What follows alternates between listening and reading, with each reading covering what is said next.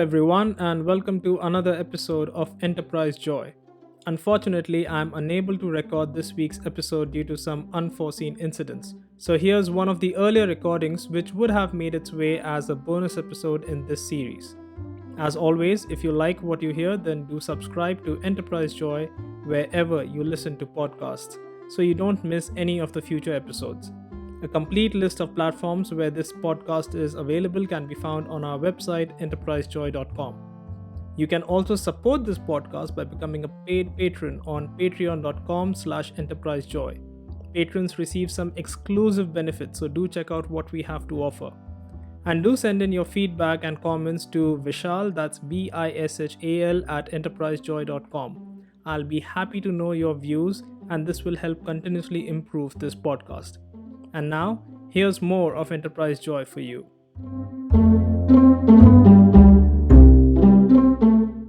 The title of today's episode is Period Leaves. Period.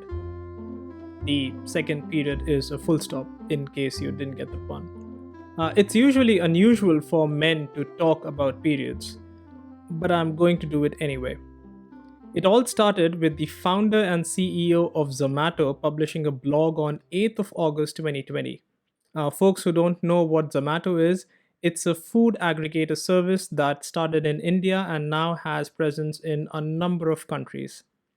Now, I personally have had special Twitter relationships with food aggregator service providers, and I have stopped using most of them because of one particular practice that I find unethical. Zomato does it as well, but I still use Zomato for general restaurant information and for getting my occasional Starbucks delight delivered, at least until the pre-COVID times. About the blog, Zomato introduced up to 10 days of period leaves for women, including transgender people, and the media went berserk. There was coverage in national newspapers and news channels. There were interviews and statements from Zomato officials. However, what caught my attention was the eruption on social media. The social media went wild with supporting and against supporting such a policy. There were men and women who were supporting it and getting lashed by those not supporting it. The same happened the other way around, although if you were a man and not supporting it, you were just a jerk. Women not supporting it got some coverage and commented upon, so I thought, why shouldn't I look at it objectively, keeping all the pseudoscience BS out and just focusing on what people have to say about such policies? And I am emphasizing on keeping pseudoscience out because it was mentioned in a number of comments that research shows if it's good or bad. However, I can assure you, if any such research exists, those who commented on social media have never read about it. So I spoke with a few of my male and female friends, colleagues, and relatives one on one just to understand their views about this policy. And there were a few who were supporting this policy and few against it. I must point out that the views I collected did not include any transgender folks who this policy also applies to, or folks who identify themselves as any gender other than male or female. So, in case my views are skewed, I'm really sorry for that. But as I mentioned earlier, I'm just going to state the views as is and see where we go with it. I will obviously speak my views and my mind with my conclusion towards the end, so do stick around. So, the first common point that was stated by many on social media was that this policy violates the notion of equality at work to an extent where one gentleman also said that it should apply to men as well. But yeah, let's be honest. Is this policy unequal? Technically speaking, yes. But why should that be a bad thing? I mean, biologically, men and women are different. Hence, policies exclusive to men and women can be managed differently.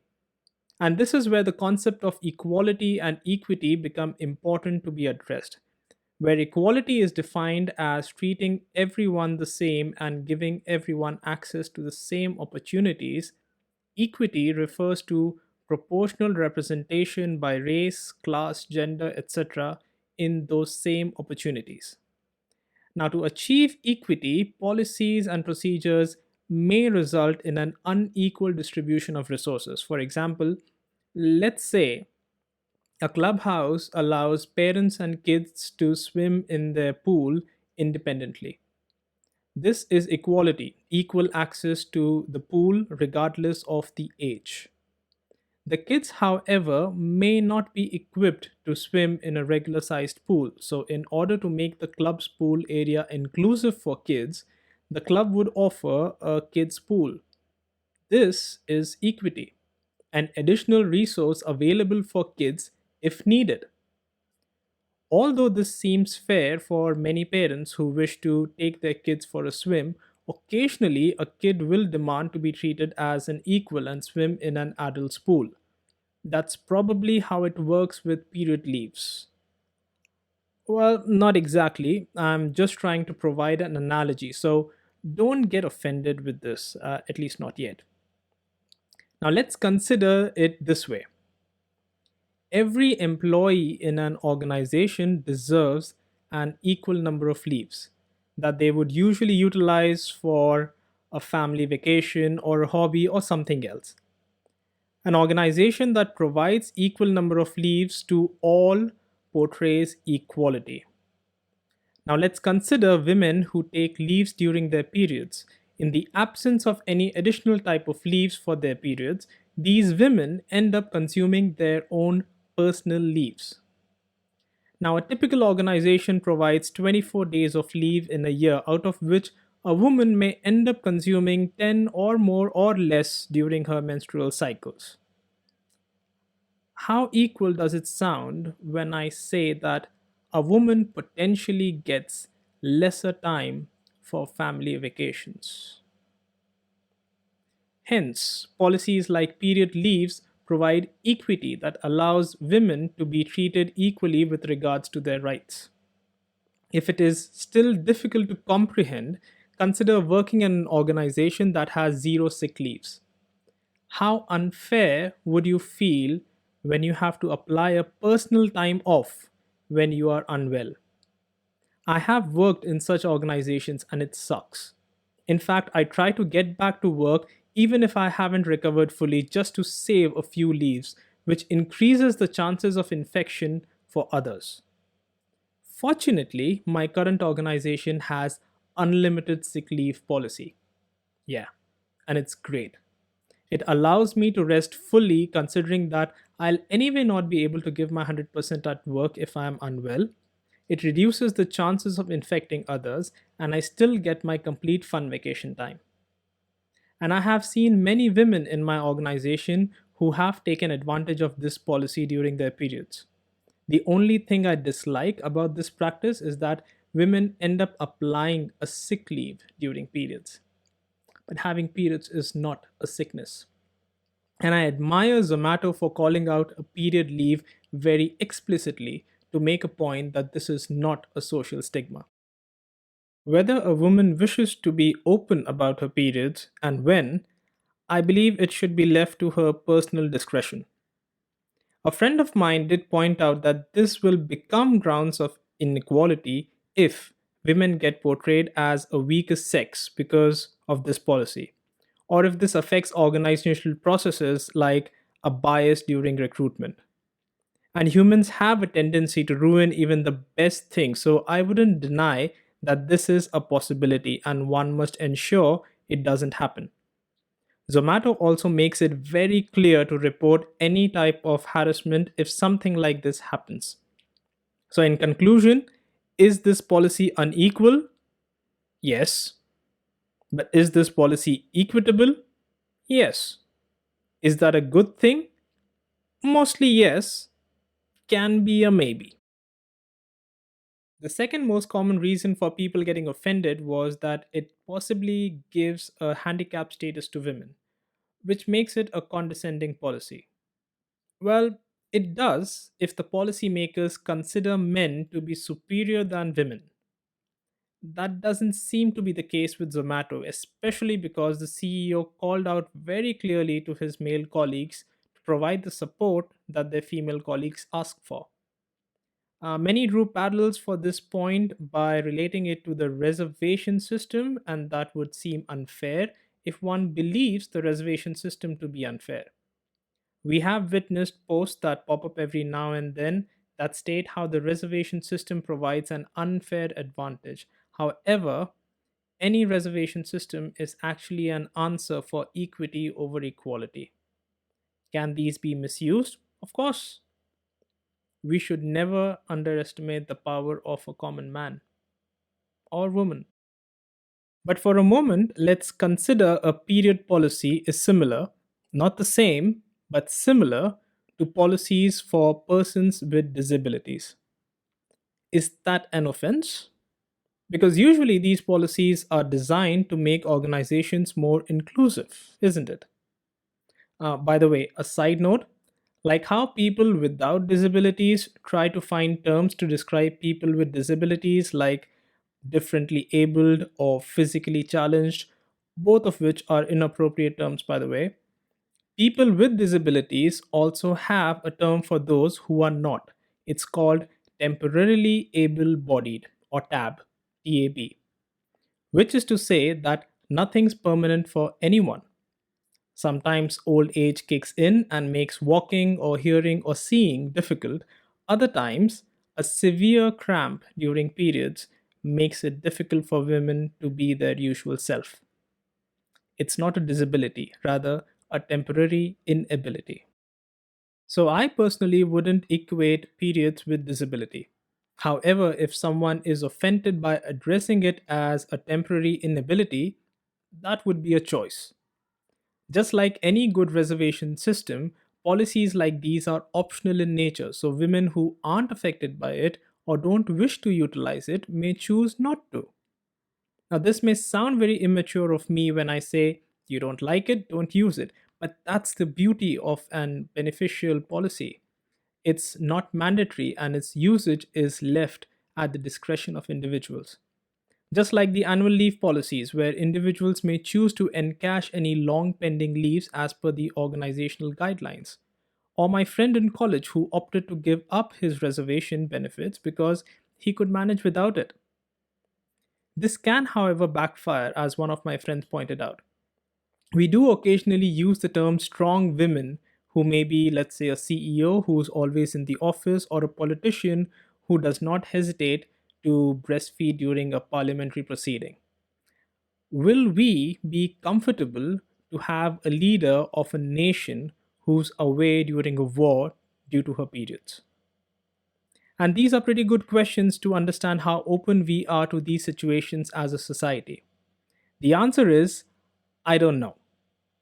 What I do know is, firstly, these may be exceptions and must be treated exceptionally. And secondly, if a policy is created, it's usually because someone asked for it.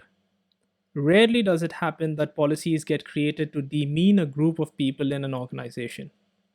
And maybe the modern woman is weaker than her grandmother, something that was said by someone in one of the social media posts. But if that's true, isn't that more of a reason to care for each other? Or is a struggle always necessary to prove one's vigor? So, in conclusion, does this policy give a woman a handicap status? Maybe, from the standpoint of temporary inability to be the usual self. Is that a bad thing? Maybe not. For instance, I wear spectacles, which, if broken, I will have temporary inability to see. Is this offensive? Not for those who for long have asked for this support system. Others may choose to ignore. Now, the third most common was that these special leaves can be misused. Of course, there's always a possibility. But isn't that true with any other policy? In one of my previous organizations, I was once in a meeting with my HR head finalizing a work from home policy. The policy was defined as an employee cannot have more than 2 consecutive days of work from home, and the work from home days cannot be Monday or Friday. Sounds weird, right? But the explanation was that it was observed that there was loss of productivity when people work from home, whatever productivity meant to them. And instances had occurred where people had taken long weekends under work from home. So the policy sounded fair as a privilege or benefit for the employees. However, when asked how many such violations had occurred, the answer was 1 in 50.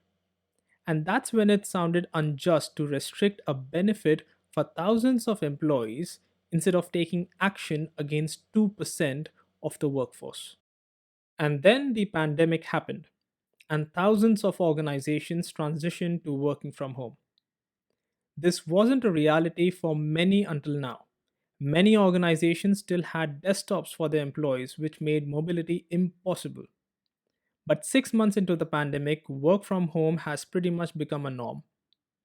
So, why was my previous employer restricting its work from home policy? You possibly have the answer by now. It's pretty much a trust issue. Trust takes time to build for many and even more to repair if broken. And although I welcome Zomato's period leave policy, this is probably a place where I think they can do much better. Zomato in its blog makes a few things very clear by stating that this leave must be taken only if needed through an established process and must not be misused. Building onto my previous point, policies are usually established because someone asked for it, and an organization must put some guidelines around it, but in the end, trust their employees to follow the rules diligently. Zomato does this well, but where it fails is the justification it provides for restricting period leaves to 10 days. It states that the leaves are limited to 10 because most women have approximately 14 menstrual cycles in a year, and adjusting for the probability of having their periods on a weekend, 10 seems rightful. Also, women can only take one period leave for each menstrual cycle. And this sounds very scientific, but seems similar to my work from home policy example. Now, every woman deals with her periods differently. For some, it's the beginning that's problematic, for some, it's the end, for some, it's the mid, and for some, all days can be hellish. And the limited number of women I interacted with did very clearly state that they don't wish to be bogged down by periods, and they have sorted out ways to get back to their routines as soon as possible. Some even resort to antispasm medication. If that's the level of commitment that people have, then why resort to justifications and limitations instead of trusting the employees to utilize their leaves diligently? If this leads to women becoming weaker, as claimed by one of the social media posts, at least in perception, or if this leads to imbalance in acceptance of inclusion and diversity, yes, that would be a bad thing. But that hasn't happened yet, and checks can be put in place to ensure that doesn't happen.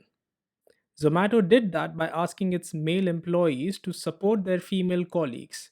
The 10 and 1 day restriction, however, may exclude a portion, maybe a minor portion of women who will not get the benefits of this policy. Ironically, the leader of the organization from my work from home policy example did give me one advice that I value the most. When it comes to trust, start at 100% and hope it doesn't fall. Value comes much quicker when we don't have to wait for trust to build. So, in conclusion, can this policy be misused? Yes. Should that be grounds to not trust our people? Come on. So, there you have it. Three most talked about points regarding Zomato's period leave policy, and whatever I could gather from my discussions with a few folks. But I did mention in the beginning that there's a conclusion to this entire discussion, so here it is. Unless you are an employee of Zomato, your opinion doesn't matter. And that's the bottom line. So stop wasting time in sharing your opinions on social media, because the only ones who may get the benefits or not from this policy are the people of Zomato. And if they have a concern, they can sort it out within their organization. The statement of mine may be incorrect if the conditions of employment were inhumane, but that doesn't seem to be the case here. So maybe we celebrate an organization's step towards creating an awesome culture that provides a satisfying experience for its people. For that is the essence of enterprise joy. Until next time, take care and stay safe.